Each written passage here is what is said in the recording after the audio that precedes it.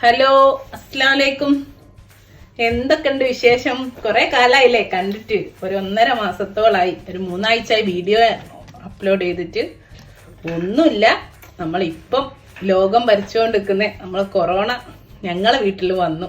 അങ്ങനെയാണ് എല്ലാം സ്റ്റെക്കായി പോയത്. അൽഹംദുലില്ലാ, അപ്പം എല്ലാം ഏകദേശം ഓക്കെ ആയി. അപ്പം അതാ നമ്മൾ വീണ്ടും വന്നിരിക്കുകയാണ്. ഒരു അടിപൊളി റെസിപ്പി. കുറേ പേര് എൻ്റെ അടുത്ത് ചോദിച്ചൊരു റെസിപ്പിയാണ്. ചിക്കൻ മന്തി ഒന്ന് കാണിച്ചു തരുമോ? ഞാൻ ചിക്കൻ മന്തി ചെയ്യാനെന്ന് വെച്ചാൽ യൂട്യൂബ് നിറയെ ചിക്കൻ മന്തിയാ. അത് വിചാരിച്ചിട്ട് ചിക്കൻ മന്തി ചെയ്യാതിരുന്നായിരുന്നു. മറ്റത് ബീഫും മട്ടനും ഫിഷൊക്കെ ചെയ്തിരുന്നു. അങ്ങനെ കുറേ പേര് എൻ്റെ അടുത്ത് ചോദിച്ചു. അപ്പം ഞാൻ ചെയ്തതാണ്. നല്ല അടിപൊളി ഒരു റെസിപ്പിയാണ്. നമ്മൾ റെസ്റ്റോറൻറ്റിലൊക്കെ പോയി കഴിക്കുന്ന അതേ ടേസ്റ്റാണ്. പക്ഷെ നിങ്ങൾ കാണുമ്പോൾ വിചാരിക്കും ആ കളറില്ലല്ലോ. ഞാൻ കുട്ടികളൊക്കെ ഉള്ളതുകൊണ്ട് ഫുഡ് കളർ ചേർത്തിട്ടില്ല. അതാണ് ഈ ഒരു ചിക്കൻ ഈ ഒരു കളർ വന്നത്. അപ്പം നമുക്ക് നോക്കാം ഇങ്ങനെ ചെയ്യാന്ന്. ഇതാ നമ്മളെ ചിക്കൻ മന്തി ഉണ്ടാക്കാൻ വേണ്ടിയിട്ട് ഞാൻ 1 കിലോന്റെ അടുത്തുള്ള ഒരു ചിക്കനാണ് എടുത്തത്. അതിതാ 2ആയിട്ട് കട്ട് ചെയ്തിട്ടുണ്ട്. 2 പീസായിട്ട് കട്ട് ചെയ്ത് വെച്ചാണ്. ഞാനിപ്പോൾ തൊലിയോട് കൂടിയിട്ടാണ് എടുത്തത്. തൊലി ഇല്ലാതെ വേണമെങ്കിലും നിങ്ങൾക്ക് എടുക്കാം കേട്ടോ. നമുക്ക് എന്ത് ചെയ്യാന്നറിയോ, ഈ ചിക്കൻ ആദ്യം ഒരു ഫോർക്ക് എടുത്തിട്ട് ഇങ്ങനെ കുത്തി കൊടുക്കാം. ഇതിപ്പോ നമ്മൾ റെസ്റ്റോറൻറ്റിലൊന്നും അവരിങ്ങനെ കുത്തുന്നില്ല. പക്ഷെ കുത്തി കൊടുത്താലേ നമ്മളെ മസാല ഒക്കെ ഇതിൻ്റെ ഉള്ളിലേക്ക് പിടിക്കുമ്പോൾ നല്ലൊരു ടേസ്റ്റ് ആയിരിക്കും. 2 രീതിയിലും നിങ്ങൾക്ക് ചെയ്യാം. ഇനി വരങ്ങി കൊടുക്കുകയും ചെയ്യാം. വരങ്ങി കൊടുത്താൽ എന്താന്ന് വെച്ചാൽ ഈ സ്കിന്നൊക്കെ അങ്ങ് നീങ്ങിപ്പോവും. അതുകൊണ്ടാണ് വരങ്ങി കൊടുക്കാത്തത്. ഇതാ നമ്മൾ 2 പീസ് ചിക്കനും നന്നായി കുത്തി കൊടുത്തിട്ടുണ്ട്. ഈ ചെറിയ ചിക്കൻ എടുക്കുന്ന കേട്ടോ എപ്പോഴും നല്ലത്. ഇനി നമുക്ക് ഈ ചിക്കനിലേക്ക് പുരട്ടാനില്ലേ, മാറ്റി വെച്ച ചിക്കനിലേക്ക് പുരട്ടാൻ ഒരു മസാല ഉണ്ടാക്കാം. അതിന് വേണ്ടിയിട്ട് ഞാനിതാ 1/2 ടേബിൾ സ്പൂൺ നമ്മളെ കുരുമുളക്, 1/2 ടേബിൾ സ്പൂൺ മല്ലി, അതേപോലെ 1/2 ടേബിൾ സ്പൂൺ ചെറിയ ജീരകം, ക്യുമിൻ സീഡ്, ഇത് 3 എടുത്തിട്ടുണ്ട്. ഇതിന്റെ കൂടെ ഒരു 3/4 ടീസ്പൂണിന്റെ അടുത്ത് ഉപ്പ് ഉണ്ടാവും. ആവശ്യത്തിന് നമ്മളെ ചിക്കനിലേക്ക് ആവശ്യമായ ഉപ്പ്. പിന്നെ ഒരു 1/2 ടീസ്പൂണ് കളറിന് വേണ്ടിയിട്ട് കാശ്മീരി ചില്ലി പൗഡർ. പിന്നെ ഒരു 2 ചുള വെളുത്തുള്ളിയും. വലിയ ചുള ആണേ 1 മതി. ഇപ്പൊ ചെറിയ ചുള ആയതുകൊണ്ട് 2 എടുത്തിട്ടുണ്ട്. ഇതെല്ലാം കൂടി നമുക്കൊന്ന് മിക്സിയിൽ നന്നായി, മിക്സിന്റെ ചെറിയ ജാറിലിട്ട് നന്നായിട്ട് അരച്ച് പേസ്റ്റ് ആക്കി എടുക്കേ. ഇതാ ഞാൻ നമ്മുടെ മസാല പൊടിച്ചെടുത്തിട്ടുണ്ട് കേട്ടോ. ഈ ഒരു രൂപത്തിൽ കിട്ടിയിട്ടുണ്ട്. ഇനി നമുക്ക് ഇത് 2 ടേബിൾ സ്പൂൺ 2-2.5 ടേബിൾ സ്പൂണിന്റെ അടുത്ത് ഒലീവ് ഓയിൽ എടുത്ത് വെച്ചിട്ടുണ്ട്. അത് വെച്ചിട്ട് ഒന്ന് ഞാൻ ഇത് മിക്സ് ചെയ്യാണേ. ഒലിവ് ഓയിൽ ഇപ്പം ഇല്ലെങ്കിൽ സൺഫ്ലവർ ഓയിൽ എടുത്തോളൂ കേട്ടോ. അപ്പോൾ നന്നായിട്ട് നമുക്ക് ചിക്കനിലേക്ക് പരട്ടി കൊടുക്കാനുള്ള രീതിയിലൊന്ന് ഇതാ ഞാൻ ഒലിവ് ഓയിൽ ഒഴിച്ച് കണ്ടോ നന്നായിട്ട് ഇതിൽ മിക്സ് ചെയ്ത് വെച്ചിട്ടുണ്ട്. ഈ സമയത്ത് നമ്മൾ റെസ്റ്റോറൻറ്റിലൊക്കെ ആണ് അവർ ഇതിൽ ഫുഡ് കളർ ചെയ്യിക്കും. Orange red food colour, saffron colour എന്ന് പറഞ്ഞ ഫുഡ് കളർ ചേർക്കും. ഞാനിപ്പോൾ ഫുഡ് കളർ ചേർക്കുന്നില്ല. പക്ഷെ ഞാൻ എന്ത് ചെയ്തെന്നറിയാം, കുറച്ച് കുങ്കുമം സാഫ്രോണ് കുറച്ച് ചൂടുവെള്ളത്തിൽ രാവിലെ ഒരു 4-5 മണിക്കൂർ മുമ്പ് കുതിർത്ത് വെച്ചിട്ടുണ്ടായിരുന്നു. അപ്പൊ അതിന് നല്ലൊരു കളർ ഉണ്ടാവുമല്ലോ. അത് കുറച്ച് ചേർത്ത് കൊടുക്കട്ടെ. ഇത് പകരം ഫുഡ് കളർ ആട്ടോ എല്ലാവരും ചേർക്കുക. ഞാനിപ്പോ കുട്ടികളൊക്കെ ഉള്ളതുകൊണ്ട് ഫുഡ് കളർ ചേർക്കുന്നില്ല. ഇത് വേണമെന്നൊരു നിർബന്ധവും ഇല്ല കേട്ടോ. ആകുമ്പോൾ ഒരു നല്ലൊരു കളർ കൂടെ വരും. ഇതാ കണ്ടോ നമ്മുടെ മസാല ഇവിടെ റെഡിയാണ്. ഇതിനി നമ്മള് ചിക്കനിലേക്ക് നന്നായിട്ട് തേച്ച് പിടിപ്പിച്ചെടുക്കണം. ഇതാ നമ്മൾ ചിക്കനിലെ നേരത്തെ മാറ്റി വെച്ച ചിക്കൻ ഞാൻ എടുത്തിട്ടുണ്ട്. ഇതിൽ തീരെ വെള്ളം പാടില്ല കേട്ടോ. കണ്ടോ ഉണങ്ങി കിടക്കുന്ന നമ്മൾ കഴുകിയിട്ട് നന്നായിട്ടൊരു തുണിയോ ടിഷ്യൂയോ വെച്ചിട്ട് തുടയ്ക്കണം.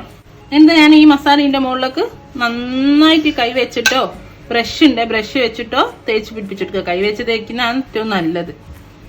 ഇതാ ഞാൻ ചിക്കൻ്റെ എല്ലാ ഭാഗത്തും പിടിപ്പിച്ചിട്ടുണ്ട്. അടിയിലും ഉള്ളിലും പുറമയൊക്കെ ഈ ഒരു കളറേ നമുക്ക് കിട്ടിയുള്ളൂ. കാരണം നമ്മൾ കുങ്കുമല്ലേ ചേർത്തുള്ളൂ. ഫുഡ് കളർ ചേർത്താൽ നമ്മൾ റെസ്റ്റോറൻറ്റിലൊക്കെ കാണുന്ന ആ റെഡ് കളർ കിട്ടും. അങ്ങനെ വേണ്ടിയോലെ അങ്ങനെ ചെയ്തോളൂ. ഞാനിപ്പം ചെയ്തിട്ടില്ല. അത്ര നല്ലല്ലോ ഫുഡ് കളർ. ഇനി ഇത് മിനിമം 2 മണിക്കൂർ വെക്കണം. ഒരു 4-5 മണിക്കൂറൊക്കെ വെക്കാൻ പറ്റുമെങ്കിൽ അത്രയും നല്ലത്. ഇതൊരു കവർ ചെയ്തിട്ട് ഫ്രിഡ്ജിൽ വെക്കാം. ഇനി നമുക്ക് മന്തി ഉണ്ടാക്കാം. ഞാനിപ്പോ ഇതാ ഒരു 3 മണിക്കൂറോളം വെച്ച് 3-3.5 മണിക്കൂറോളം വെച്ചു കേട്ടോ. ഇനിയിപ്പോ ഇതാ ഞാനൊരു ചെമ്പ് വെച്ചിട്ടുണ്ട്. നമുക്ക് ചോറൊക്കെ വെക്കാൻ പറ്റിയ ഒരു ചെമ്പ്. അതിലേക്ക് ഇതാ ഒരു 2-2.5 ടേബിൾ സ്പൂണ് ഒലിവ് ഓയിലാണ് ഞാൻ ഒഴിക്കുന്നത്. നിങ്ങൾക്ക് ഒലിവ് ഓയിൽ ഇല്ലെങ്കിൽ സൺഫ്ലവർ ഓയിലും എടുക്കാം കേട്ടോ. ഇതാ നമ്മുടെ ഓയിലൊക്കെ ഒലിവ് ഓയിൽ ചൂടായി വരുന്നുണ്ട്. ആ സമയത്ത് ഇതിലേക്ക് ഇതാ നമ്മൾ നേരത്തെ മസാല പുരട്ടി അതേ തന്നെ മല്ലി ഒരു 1/2 ടീസ്പൂൺ, കുറച്ചേ ഉള്ളൂ, 1/2 ടീസ്പൂൺ മല്ലി, 1/2 ടീസ്പൂൺ നമ്മളെ ചെറിയ ജീരകം ക്യുമിൻ സീഡ്, പിന്നെ ഒരു 1/2 ടീസ്പൂണ് മൊത്തം കുരുമുളക്, പിന്നെ ഹോൾ സ്പൈസസ് ഒരു 7 നമ്മളെ ഏലക്കണ്ട്, ഒരു 7 പൂവുണ്ട്, ചെറിയ കഷ്ണം പട്ടുണ്ട്, ഒരു ബേ ലീഫ് ഞാൻ 2-3 കഷ്ണാക്കിയിട്ടുണ്ട്. ഇത് ഈ എണ്ണ ചൂടാകുന്ന സമയത്ത് നമുക്ക് ഇതിലേക്ക് ഇട്ട് കൊടുക്കാം കേട്ടോ. ഞാനൊരു 600 ഗ്രാം അരിയാണ് എടുക്കുന്നത്, അതിനുള്ള കണക്കാട്ടോ ഇത്. അതിനനുസരിച്ച് നിങ്ങൾ മാറ്റിക്കോളൂ. 3 കപ്പ് അരി എടുക്കുക, അതിനുള്ള അളവാണ് ഞാൻ ഈ പറയുന്നത്. ഇതെല്ലാം കൂടെ ഈ ഓയിലിലേക്ക് ഒന്ന് ചേർത്ത് കൊടുക്കാം. ഇതാ നമ്മളിതൊക്കെ ഒന്ന് ഇതിലൊന്ന് പൊട്ടി വരുന്നുണ്ട്. ആ സമയത്ത് നമുക്ക് ഇതാ ഒരു പകുതി ഉള്ളി ഇതിലേക്ക് ചേർത്ത് കൊടുക്കുക. ഒരു ചെറിയ ഉള്ളിന്റെ പകുതിയേ ഉള്ളൂ, അത്ര അല്ല അരിയുള്ളൂ. ഉള്ളിയൊക്കെ നന്നായിട്ട് വഴറ്റി വെക്കട്ടോ. ഇതില് ഇതാ നമ്മളെ ഉള്ളിയൊക്കെ നന്നായി വന്നിട്ടുണ്ട് കേട്ടോ. ഈ ഒരു സമയത്ത് ഞാനിതാ ഒരു 2-3 ചുള വലിയ വെളുത്തുള്ളിയാണേ അങ്ങനെ മുറിച്ചിട്ടുണ്ട്, അത് ചേർത്തെടുത്ത്. അതേപോലെ തന്നെ ഒരു 2 പച്ചമുളക് ഇങ്ങനെ ചീന്തി വെച്ചിട്ടുണ്ട്, അത് ചേർത്തെടുത്ത് ഒന്നുകൂടി ഒന്ന് വഴറ്റട്ടെ. ഇനി ഇതിലേക്ക് ഇതാ വെളുത്തുള്ളിയും പച്ചമണമൊക്കെ മാറിയിട്ട് ആ സമയത്ത് ഇതാ ഒരു ക്യാപ്സിക്കത്തിന്റെ പകുതി, ചെറിയൊരു ക്യാപ്സിക്കത്തിന്റെ പകുതിയാ, വലുതാണേ 4 മതി കേട്ടോ. അതോട് ചേർത്ത് നന്നായിട്ട് വഴറ്റേ. നമ്മുടെ ക്യാപ്സിക്കോ എല്ലാം ഇതിനോട് ചേർന്ന് നന്നായി വന്നുണ്ട്. ഇനി ഞാനൊരു ലെമൺ ഇല്ല, നമ്മൾ ഉണങ്ങിയ ഡ്രൈ ലെമൺ ഒന്ന് അങ്ങനെ പൊട്ടിച്ചെടുത്തിട്ട് ഇതിലിടുകയാണ്. കൂടെ തന്നെ തീ കുറച്ച് വെച്ചിട്ട് ഞാൻ അരി ഒന്ന് വറുത്തെടുക്കുകയാണ്. നന്നായിട്ട് കഴുകി ഉപ്പിട്ട് കഴുകി, അതിൻ്റെ സ്റ്റാർച്ച് ഒന്ന് പോയി കിട്ടാൻ കുതിർത്തിയില്ല, കഴുകിയിട്ട് ഞാൻ ഒരു അരിപ്പ പാത്രത്തിൽ ഇട്ട് വെച്ചിട്ടേ ഉള്ളൂ. അതൊന്ന് നമുക്ക് ഇതിൻ്റെ കൂടെ മസാലൻ്റെ കൂടെ ഇട്ട് നന്നായിട്ട് വഴറ്റിയെടുക്കാം കേട്ടോ. ചെറിയ തീയിലിട്ടിട്ട് നന്നായിട്ട് നമുക്ക് അരി ഇതിൽ വറുത്തെടുക്കണം കേട്ടോ. അരി ഒന്നൊന്നുമ്പോൾ തൊടാത്തരി, നമുക്കറിയാലോ നെയ്ച്ചോറിനൊക്കെ വറുക്കുന്ന പോലെ നന്നായിട്ട് വറുത്തെടുക്കാം. ഇതാ നമ്മൾ അരിയൊക്കെ നന്നായിട്ട് വന്നിട്ടുണ്ട്. ഇനി ഞാൻ ഇതിലേക്ക് വെള്ളം ചേർത്ത് കൊടുക്കാൻ ഞാൻ 3 കപ്പ് ബസ്മതി അരി, ലോങ് ഗ്രെയിനി ബസ്മതി അരിയാണ് എടുത്തത്. ആ വെള്ളം നമ്മൾ വൈറ്റ് കിട്ടല്ലേ, നമ്മൾ വൈറ്റ് റൈസിനും ഫ്രൈഡ് റൈസിനൊക്കെ ഉപയോഗിക്കുന്നത്, അതല്ല കേട്ടോ. മന്തിന്റെ നമ്മൾ സെല്ലാ റൈസ് ഒക്കെ പോലുള്ള ലോങ് ഗ്രെയിൻ ബസ്മതി അരിയാണ് എടുത്തത്. ഞാൻ ഇതിലേക്ക് 3 കപ്പിന് 4.5 കപ്പ് തിളച്ച വെള്ളം ഒഴിച്ചു കൊടുക്കുകയാണേ. ഞാൻ തിളച്ച വെള്ളം ഒഴിച്ച് 1 കപ്പ് അരിക്ക് 1.5 കപ്പ് എന്നുള്ള കണക്കിനാണ് വെള്ളം ഒഴിച്ചത്. ഇനി ഞാൻ ആവശ്യത്തിനുള്ള ഉപ്പ് ചേർത്ത് കൊടുക്കട്ടെ. ഉപ്പ് നോക്കാമല്ലോ ഇട്ടിട്ട് വെള്ളത്തിന്.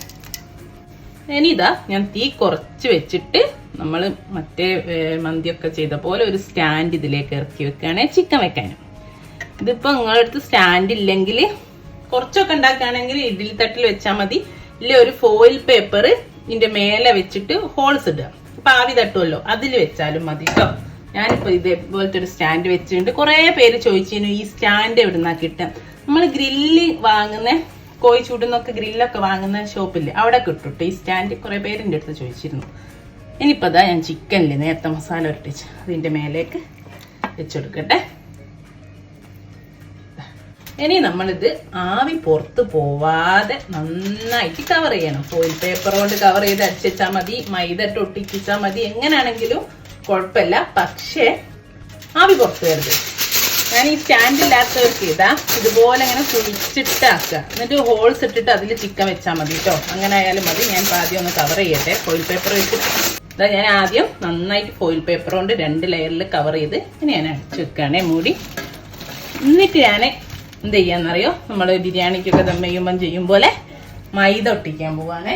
ഇതാ മൈദ ഞാൻ ഒട്ടിച്ചെടുക്കാൻ പോവാണേ. മൈദ കുറച്ച് കട്ടിയിൽ കുഴയ്ക്കണം കേട്ടോ, അല്ലെങ്കിൽ ഇത് കുറച്ച് കഴിയുമ്പം ആവി പുറത്ത് വരാനുള്ള ചാൻസ് ഉണ്ട്. നമ്മൾ ചപ്പാത്തിക്കും ഒക്കെ കുഴയ്ക്കുന്നത് തന്നെ കുറച്ചുകൂടി ഒരു കട്ടിയിൽ. ഇനി ഒരു 40 മിനിറ്റ്, ആദ്യം ഒരു 10 മിനിറ്റ് ഒരു മീഡിയം ഫ്ലെയിമിൽ ഇടുക, എന്നിട്ട് കുറച്ചുകൂടി തീ കുറച്ചിട്ട് ഒരു 40 മിനിറ്റ് നമുക്ക് വെക്കാം. മീഡിയം ടു ലോ ഫ്ലെയിമിൽ. ഞാനൊരു വെയിറ്റ് കൂടി മുകളിൽ എടുത്ത് വെച്ചിട്ടുണ്ട്, അപ്പോൾ നല്ലോണം പ്രസ് ചെയ്ത് അവിടെ കിടന്നോളും. ഓക്കെ, അപ്പോൾ ഇതാ ഒരു 3/4 മണിക്കൂർ കഴിഞ്ഞ് ഞാൻ തീ ഓഫ് ചെയ്ത് പിന്നെ ഒരു 15 മിനിറ്റ് കൂടെ കഴിഞ്ഞു കേട്ടോ. അപ്പോൾ ടോട്ടലി 1 മണിക്കൂറായി. എന്നുവെച്ചാൽ നല്ല ആവി ആയിക്കല്ലോ പുറത്ത്. അപ്പോൾ ഒരു ഓഫ് ചെയ്തിട്ട് ഒരു 15 മിനിറ്റ് കൂടി വെച്ചാണ്. ഇനി നമുക്ക് തുറക്കാം. നമുക്കൊരു കത്തി ഒന്ന് വെച്ചിട്ടൊന്ന് പൊളിച്ചെടുക്കാം.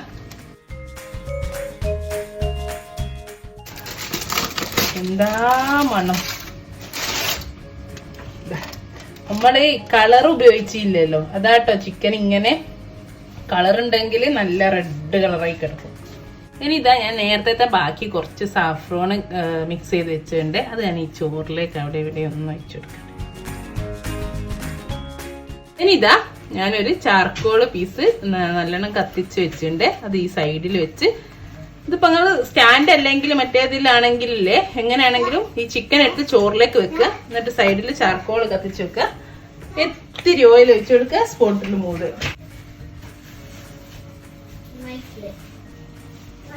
അപ്പം തന്നെ അടിച്ചു കൊടുക്കണേ. ഇനി ഒരു 5 മിനിറ്റ് ഞാൻ അവിടെ ഇരിക്കട്ടെ കേട്ടോ. ഇതാ 5 മിനിറ്റ് കൂടെ കഴിഞ്ഞ് ഇനി നമുക്ക് ഈ ചിക്കന് ഇങ്ങോട്ടേക്ക് മാറ്റാം. ഇത് മാറ്റട്ടെ ആദ്യം.